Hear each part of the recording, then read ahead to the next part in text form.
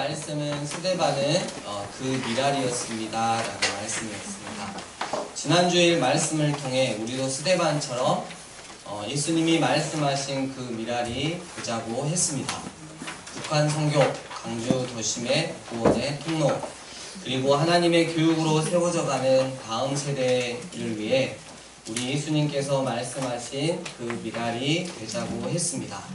내 가정에서 미랄이 되고, 내 사업장과 직장에서 미랄이 되고, 내 학교에서 미랄이 되고, 내 삶의 모든 영역에서 미랄이 되자고 했습니다. 그런다면 우리 주님 그 미랄된 우리를 통해 수없이 많은 열매를 맺게 하실 것이라고 했습니다. 요한복음 12장 24절 함께 암송하시겠습니다. 살아계신 하나님의 말씀, 내가 진실로 진실로 너에게 이르노니 하나의 밀이 땅에 떨어져 죽지 아니하며 하늘에 보이고 죽으면 많은 열매를 맺느니라. 요한복음 12장 24절 말씀. 아멘. 첫 번째 순교자 스데반, 또 유대인들이 개처럼 여겼던 사마리아인들과 뜨거운 남쪽에 있는 사람이 살 수 있는 세상의 맨 끝 경계로 여겨졌던 아프리카의 에티오피아의 지도자에게 담대히 복음을 전했던 복음 전도자 빌립, 그리고 오늘 세계 선교를 촉발시킨 이방인의 사도가 된 다소 출신의 바울. 원래 히브리 이름은 사울이 되겠습니다. 하지만 로마식 이름은 바로 파울루스, 그래서 바울이라고 우리는 앞으로 명명하겠습니다. 만일 우리가 무엇 때문에 바울이 회심하게 되었느냐고 묻는다면 오직 하나만의 대답이 가능할 것입니다. 그것은 바로 예수 그리스도를 통한 하나님의 주권입니다. 바울은 우리가 말하는 것처럼 예수님을 호의적으로 대하지 않았습니다. 반대로 바울은 예수님을 핍박했고 예수님 믿는 자를 그렇게 괴롭혔습니다.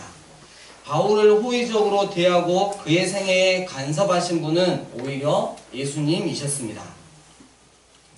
먼저 그 당시 바울의 마음 상태를 살펴봅시다.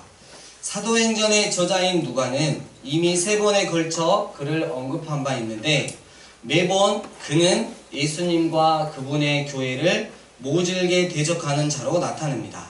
사도행전 8장 3절, 바울이 교회를 잔멸할세. 여기서 신약에서 단 한 번 나오는 잔멸할세 단어의 정확한 표현은 포도원을 황폐하게 만드는 야생 수태지입니다. 누가는 스데반이 죽을 때 증인들의 옷을 벗어 바울이라는 청년의 발 앞에 두었으며, 바울은 스데반의 죽음을 마땅히 여겼고, 그러고 나서 바울은 집집마다 그리스도인들을 찾아 수색하여 남녀를 끌어내어 감옥에 보내면서 교회를 파멸시키기 시작했다고 말합니다. 이제 누가는 그가 여전히 위협과 살기가 등등하여 라고 말하면서 바울의 이야기를 다시 시작합니다. 그는 스데반이 죽은 이후에도 변하지 않았습니다. 그의 정신은 여전히 증오와 적의로 불타고 있었습니다. 설상가상으로 바울은 분명 예루살렘에서 예수님의 제자들을 죽이기 위해 그들을 그곳에 붙잡아 주고자 했습니다. 그러나 몇몇 사람들은 그의 올가미를 벗어나 다메섹으로 도망쳤습니다. 그곳에서는 몇몇 회당들이 그곳으로 와서 살고 있는 많은 유대인들을 돌보아 주고 있었습니다. 바울이 이 탈주한 이 제자들을 애국의 도시들까지 잡으러 가기로 결심하면서 그들을 소탕할 음모를 꾸미고는 대제사장에게 그것을 허락해달라고 설득했습니다. 그러고 나서 자신을 신문자로 임명한 바울은 그 도를 따르는 사람은 남녀를 막론하고 결박하여 예루살렘으로 잡아오려고 다메섹 회당에 보내는 공문으로 무장하고서 예루살렘을 떠났습니다. 대제사장은 그에게 망명자 소환 집행명령을 내린 것이었습니다. 이 바울이 바로 며칠 후에 회심하고 세례받을 그리스도인이 될 사람이었습니다. 그러나 바울은 예수 그리스도의 주장들을 살펴볼 마음이 전혀 없었습니다. 그의 마음은 지금 증오로 가득 차 있었고, 그의 정신은 편견에 사로잡혀 있었습니다. 후에 그 자신이 한 말에 따르면 사도행전 26장 11절 극도에 달한 분노가 그를 사로잡았습니다. 만일 그가 예루살렘을 떠났을 때 우리가 바울을 만났다면 우리는 성경을 봐서 얼마 후에 어떠한 일이 일어날지 알고 있으니까 만나서 바울 당신이 다메섹에 이르기 전에 예수님을 만나고 믿을 것입니다 라고 말했다면 바울은 정말 여러분 표현으로 100% 우리의 말을 비웃었을 것입니다.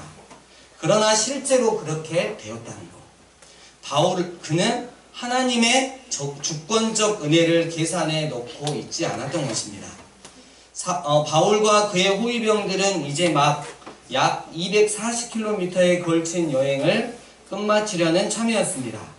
그들은 약 일주일에 걸쳐 여행을 했을 것입니다. 사도행전 22장 6절 그들이 정오쯤 되어 사막에 둘러싸인 아름다운 오아시스인 다메섹에 가까이 갔을 때 갑자기 그 일이 일어났습니다. 즉 하늘로부터 해보다 더 밝은 빛이 바울을 둘러 비추었습니다. 그것은 너무나도 압도적인 체험이었기 때문에 그를 소경으로 만들었으며 또한 그를 넘어뜨렸습니다. 그는 땅에 엎드려졌습니다. 그의 정복자 즉 예수님의 발 앞에 엎드린 것이었습니다. 뒤이어 한 소리가 그를 개인적으로 또 직접 불렀습니다. 바울아, 바울아, 네가 어찌하여 나를 박해 하느냐. 그리고 누구시냐고 하는 바울의 질문에 답하여 그 소리는 계속해서 나는 네가 박해하는 예수라 라고 말했습니다. 즉시 바울은 예수님이 그분의 제자들과 자신을 동일시하시는 즉 예수님의 제자들을 박해하는 것은 곧 예수님 자신을 박해하는 것으로부터 예수님은 과연 정말 살아계시고 그분의 주장들은 참되다는 것을 깨달았음이 틀림없었습니다. 왜냐하면 그는 6절 일어나 시내로 들어가라는 예수님의 명령에 곧바로 순종했기 때문입니다. 거기에서 바울은 또 다른 예수님의 지시들을 받게 될 터였습니다. 한편 같이 가던 사람들은 바울의 소리만 듣고 아무도 부활하신 예수님을 보지 못하여 말을 못하고 서 있었습니다. 바울은 땅에서 일어나 눈을 떴으나 아무것도 보지 못하고 사람의 손에 끌려 다메섹으로 들어갔습니다. 자만심에 가득 차 용감무상하게 예수님에 대하여 자신만만한 대항자로서 다메섹으로 들어가리라 기대했던 그가 실제로는 이제 콧대가 꺾이고 눈이 먼 채로 그가 대항하던 바로 그 예수 그리스도의 포로로 사람들의 손에 이끌려 그곳에 들어가고 있던 것이었습니다. 여러분, 그 당시 벌어진 일에 대해서는 아무런 오해도 있을 수 없습니다. 부활하신 주님이 바울에게 직접 나타나셨습니다. 그것은 어떠한 주관이나 환상이나 꿈이 아니었습니다. 그것은 부활하시고 이제는 영광을 받으신 예수 그리스도의 객관적인 출현이었습니다. 사도행전 9장 17절 아나니아가 떠나 그 집에 들어가서 그에게 안수하여 이르되 형제 사울아 주 곧 네가 오는 길에 나타나셨던 예수께서 나를 보내어 너로 다시 보게 하시고 성령으로 충만하게 하신다 하니 사도행전 9장 27절 바나바가 데리고 사도들에게 가서 그가 길에서 어떻게 주를 보았는지와 주께서 그에게 말씀하신 일과 다메섹에서 그가 어떻게 예수의 이름으로 담대히 말하였는지를 전하니라. 바울 그가 본 빛은 예수 그리스도의 영광이었으며 그가 들은 음성은 예수 그리스도의 음성이었습니다. 예수님은 그의 앞뒤 가리지 않는 박해의 질주를 가로막으시고 그를 정반대 방향으로 돌려 놓으셨던 것입니다. 이런 일들이 지금도 아주 많이 일어나고 있습니다. IS, 극단적 이슬람 테러주의자들이 있는데요. 그들 중에 약 30%가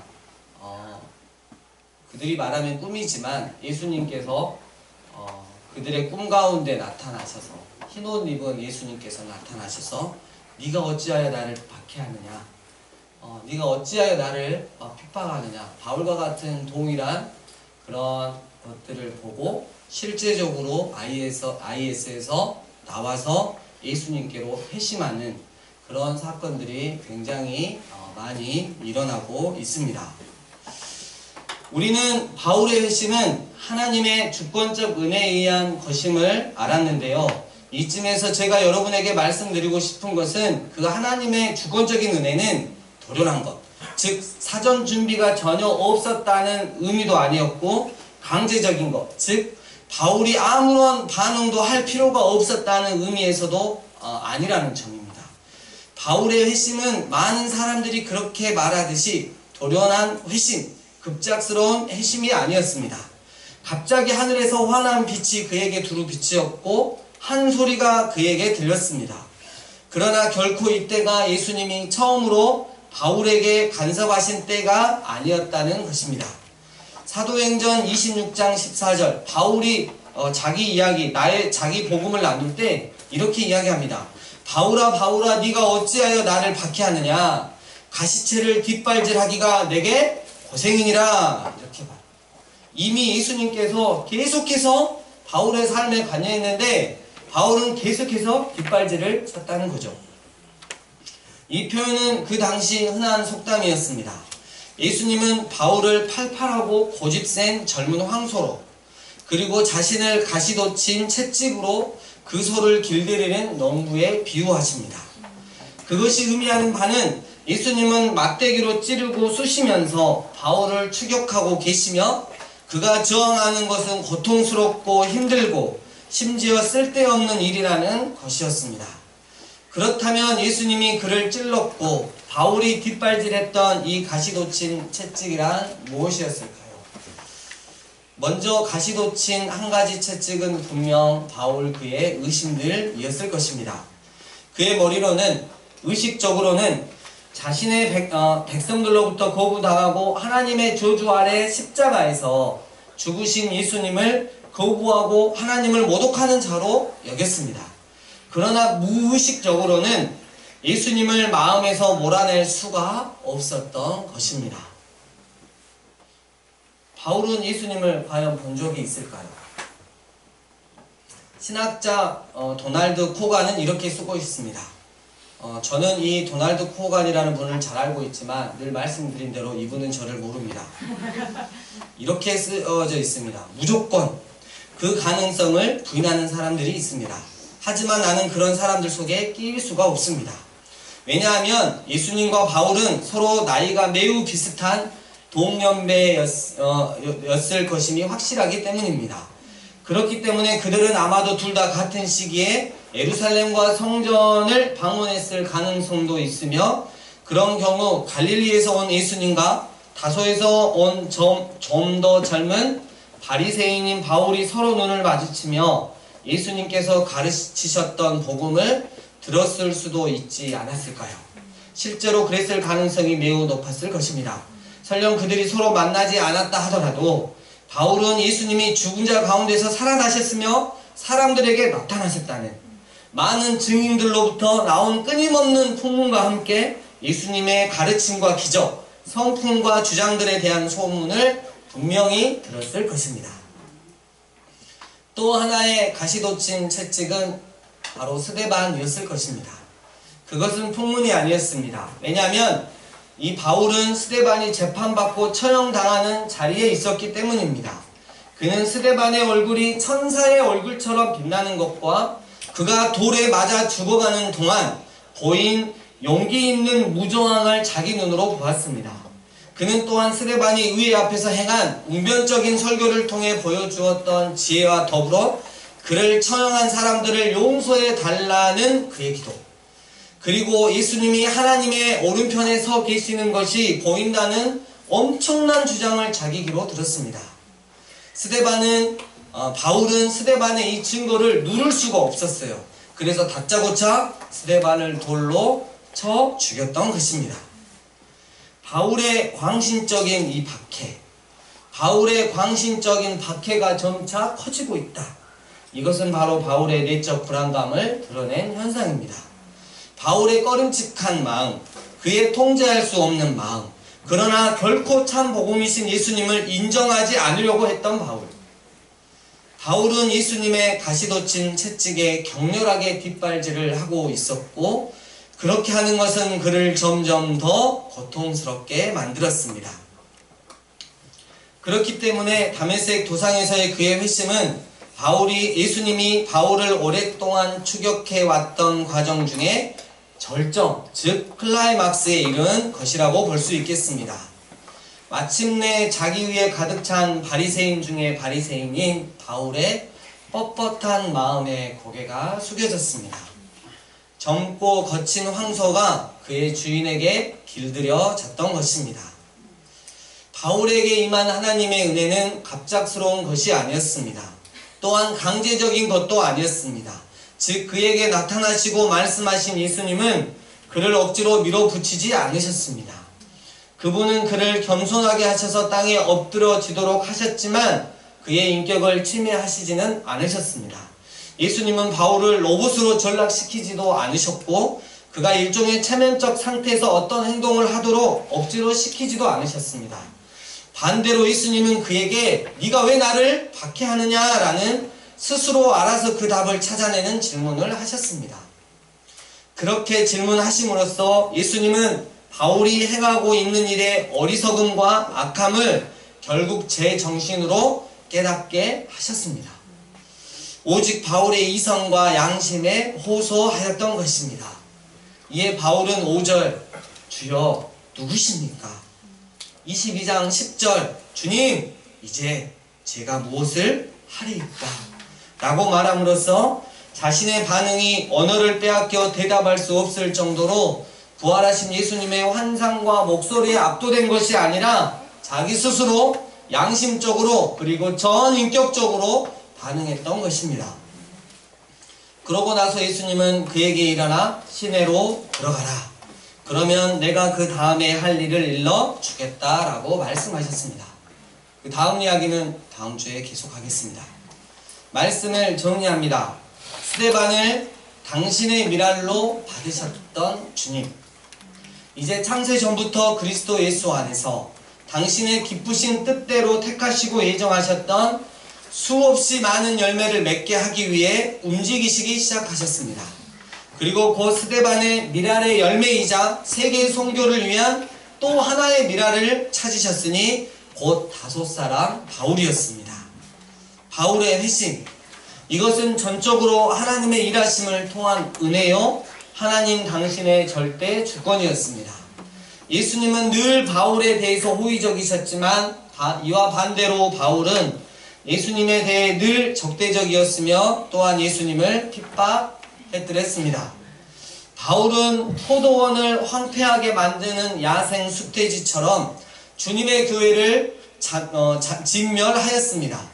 그리고 초대교회의 핵심 멤버였던 스데반을 죽이는 것을 주도했고 또한 그의 죽음을 마땅히 여겼습니다. 바울은 거기서 멈추지 않았습니다. 집집마다 그리스도인들을 찾아내서 그들을 감옥에 보냈습니다. 그는 여전히 위협과 살기가 등등하여 외국 시리아의 다메섹 도시로 흩어진 초대교회 성도들을 잡아오려고 그곳으로 향했습니다. 예수님을 믿고 따르는 자들에 대한 극도에 달한 분노, 즉 그의 마음은 증오로 가득 차 있었습니다. 미친듯이 예수님을 마음속에서 밀어내고 예수님 믿는 자들을 심하게 괴롭힌다?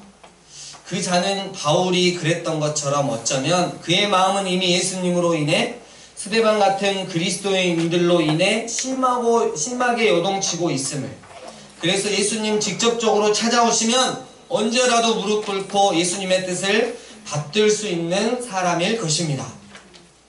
정오쯤 사막에 둘러싸인 아름다운 오아시스인 다메섹에 가까이 이르렀을 때 하늘로부터 해보다 더 밝은 빛이 바울을 둘러 덮었습니다.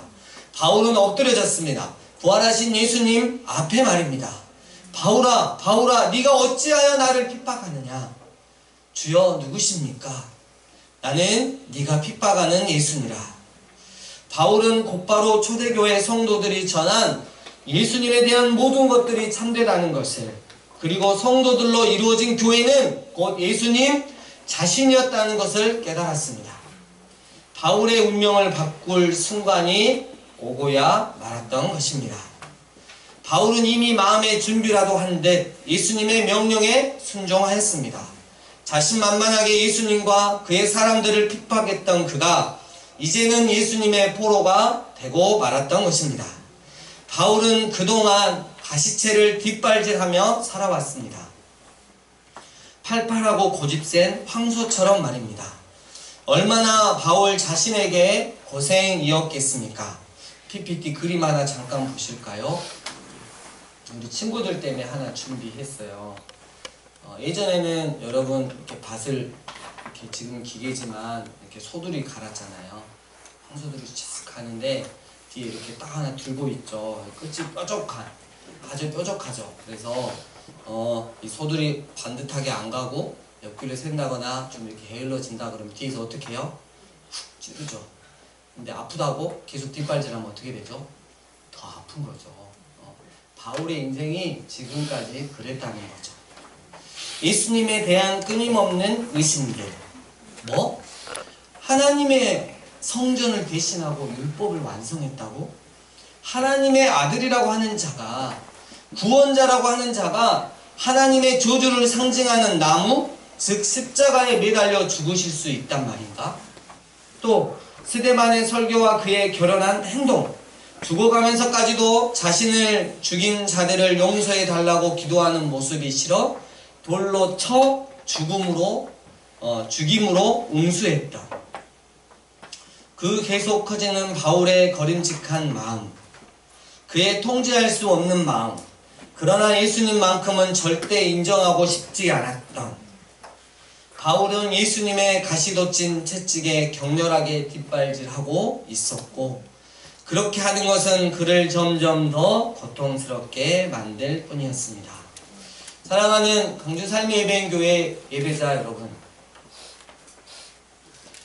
이 시간 살아계신 하나님의 말씀을 통해서 하나님의 거부할 수 없는 은혜의 비를 흠뻑 맞으시길, 또 바울처럼 하나님의 절대 주권이 나를 다시 새롭게 빚으시는 복된 시간 되시길 바랍니다. 언제까지 예수님을 외면하실랍니까? 언제까지 예수님께 나의 삶의 전 부분을 내어드리지 않고 이 세상의 것들을 부여잡고 절대 놓지 않으려고 안간힘 쓰면서 가시체에 뒷발질하며 살아가시겠습니까? 가시체를 뒷발질하기가 이제 너무 힘드시지는 않으십니까? 사랑하는 누구야, 네가 어찌하여 나를 못살게 굴어 해롭게 하느냐? 가시체를 뒷발질하기가 너에게 고생이 아니더냐? 이제 그만해라. 주님 누구십니까? 난 너를 위해 십자가 위에서 기쁨으로 내 생명을 내어놓은 너의 구원자, 그리고 너의 주님이신 예수님이라. 네, 예수님, 이젠 정말 결단하겠습니다. 앞으로는 절대 뒷발질하지 않겠습니다. 예수님, 이제부터 저는 무엇을 하면 되겠습니까? 어떻게 살면 되겠습니까? 그건 네가 다 알고 있지 않니? 내가 너와 함께 할 테니 걱정하지 말아라. 그 길 끝에서 나와 꼭 만나자. 우리 주신 말씀 가지고 하나님 앞에 기도하며 나아가겠습니다. 함께 기도하시겠습니다.